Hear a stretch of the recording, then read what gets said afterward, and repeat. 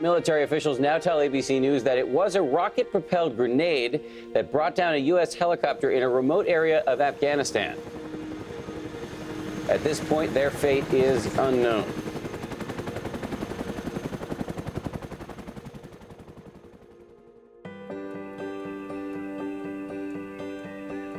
We live in Washington Depot, Connecticut. We moved here in 1980.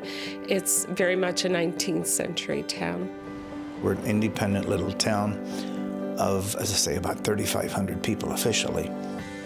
Stephen was a lefty from the earliest days. So he started Little League that next summer after we moved here. I remember the Reich family moving to town. Back in those days, we used to play, it was 8 to 12 was Little League. The better ones, they played with the older kids, and I think they pitched a couple innings, and they moved him right up to the older group. He's one of those kids who says, if I'm going to play, I'd like to have the ball. So he got the ball. Just right after his 16th birthday, he was called upon to pitch the state championship game for his high school team. Chippewa Valley High School looking for their third Class S state championship. Crowd starting to gather right along the railing. This is a tough out. He didn't back down from a challenge. He welcomed a challenge, and he was at his best in those kind of games. Ground ball third, Trowbridge. Third to CJ. They got him. They did it.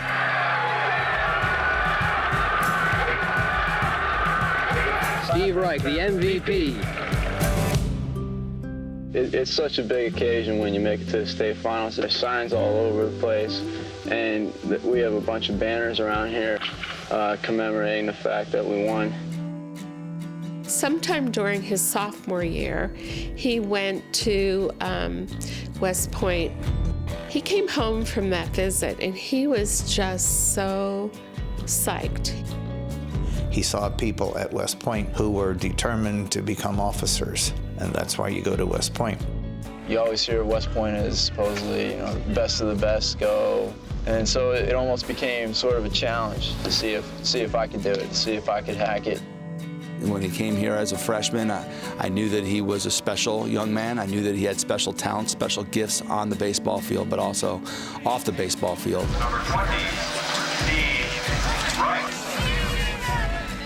Stephen's impact on the baseball team was immediate. He was our ace from the time he stepped onto the grounds at West Point.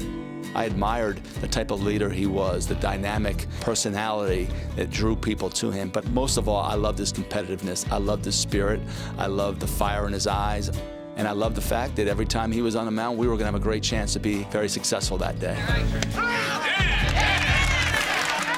He set several school records in a single game, career, season records.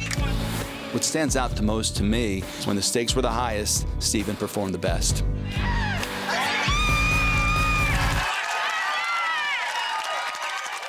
After Stephen's sophomore year, he had a decision to make. Once a cadet enters classes their junior year, they then will have service time owed to the country for their time at West Point. Stephen certainly had options. I'm sure there were people talking in his ear that, hey, if you left, you could go into the professional ranks. You might be on a fast track to the major leagues.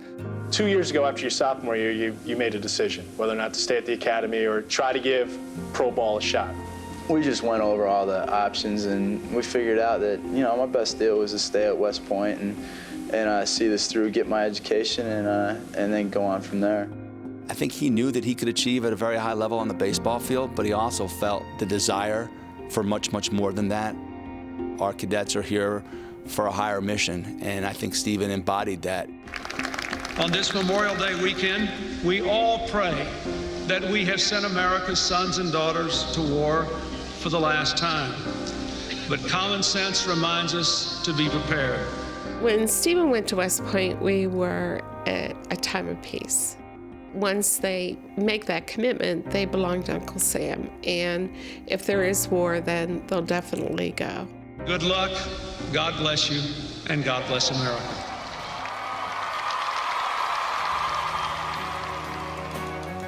So Stephen had a tremendous opportunity following graduation to participate for Team USA.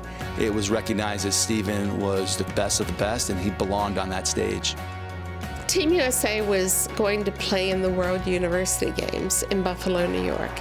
We had seats at the opening, but they were way, way up at the top. And Team USA, of course, came last, and Stephen carried the flag, and I had to beg my way down to the field to get a picture of Stephen. I was able to get right down at field level, right at the railing, and he marched a little past, and then he turned and he saw me, and, you know, it was great. The picture that I took is kind of one of those hi mom moments, you know.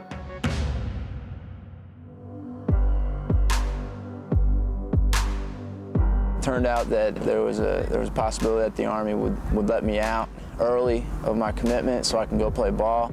A couple of scouts watched me throw, and the guy for the Orioles just happened to like enough what he saw, and he ended up signing me, and here I am. He was a very, very impressive young man. And in scouting and in sports in general, we often hear the cliche about the it factor. And when you saw Stephen Reich pitch, you knew that he had it. It's almost every kid's dream to play in the big leagues. I mean, that's what you grow up dreaming of doing, and how many people get a chance to really live out their dreams. I'm doing it right now and having a great time doing it. You know, hopefully this little dream of mine will come true.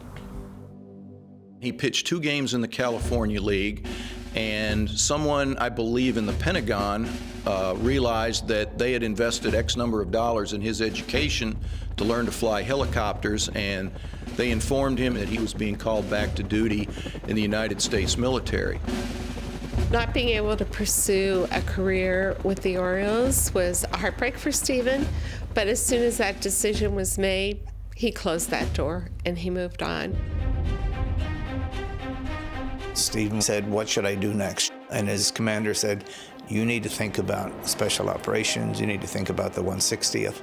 Once he saw the 160th, he saw a higher level, and he just jumped at it. The 160th Special Operations Aviation Regiment provides precision helicopter support to our nation's elite special operators, Army Rangers, Green Berets, Special Forces, and Navy SEALs. You want somebody who's going to be in control. You want somebody who's confident. You want somebody who's not afraid to fail. I think those qualities that made him such a good pitcher probably helped to make him such a good pilot. Steve was a natural leader. He was a natural pilot, a stick and rudder kind of guy. We like to say he could fly the airplane gracefully. We first deployed in September of 2001. Steve was the battle captain, ran the missions that we were conducting from Uzbekistan into Afghanistan in the early days of the war. Steve was very instrumental in controlling and leading those missions. Let's go, guys! Everybody! Let's move! Let's really move! As portrayed in the film Lone Survivor, Operation Red Wings, we were in Afghanistan providing support to Special Forces and Navy SEALs as they went throughout Afghanistan conducting missions to find and destroy the Taliban. The SEALs went in on a reconnaissance mission, came into heavy contact and needed to be extracted. Stephen gathered up his crew, flew out of Bagram into Afghanistan as the situation was developing. Stephen really only knew one thing that day, and that's the only one thing that he needed to know. He was going to the sound of the gunshot, and there were American lives. And Steve lived by a creed of never quit, never surrender, and never leave a fallen comrade. I was cleaning the house, and I stopped to take a break, and I turned on the television set. Good morning, everyone. Military officials now tell ABC News that it was a rocket-propelled grenade that brought down a U.S. helicopter in a remote area of Afghanistan. The Chinook was carrying 17 service members, including a team of Navy SEALs. At this point, their fate is unknown. In my heart, I knew that it was my son.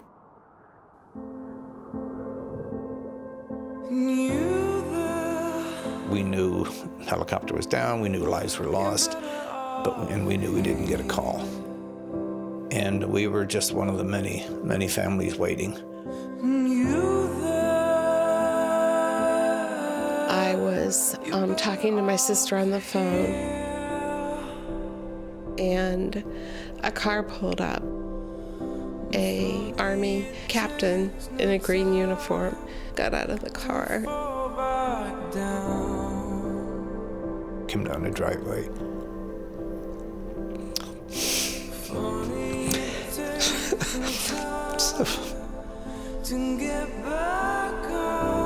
I knew then. Cover your eyes, cover your eyes, there's no sun. Where is your direction? Cover your eyes, ask yourself, where is my reflection? And I think Steve Reich, in his memory and what he lived for, really espouses the values in that last paragraph of our creed. I serve with the memory and pride of those who've gone before me, for they loved to fight, fought to win, would rather die than quit. Night Stalkers don't quit. You always ask somebody, you know, what do you want to do with your life? What do you want to do here? What do you do there? And a lot of times somebody will give you an answer, I want to be a CEO, I want to be a president, I just want to be Joe Schmo or whatever. If there's one thing that I'm scared of, I'm scared to death of you know, looking back on everything and saying to myself, God, I should have done this, I should have taken that extra step and made that effort and taken that chance. And I don't want to have anything missing in my life before when it's all over.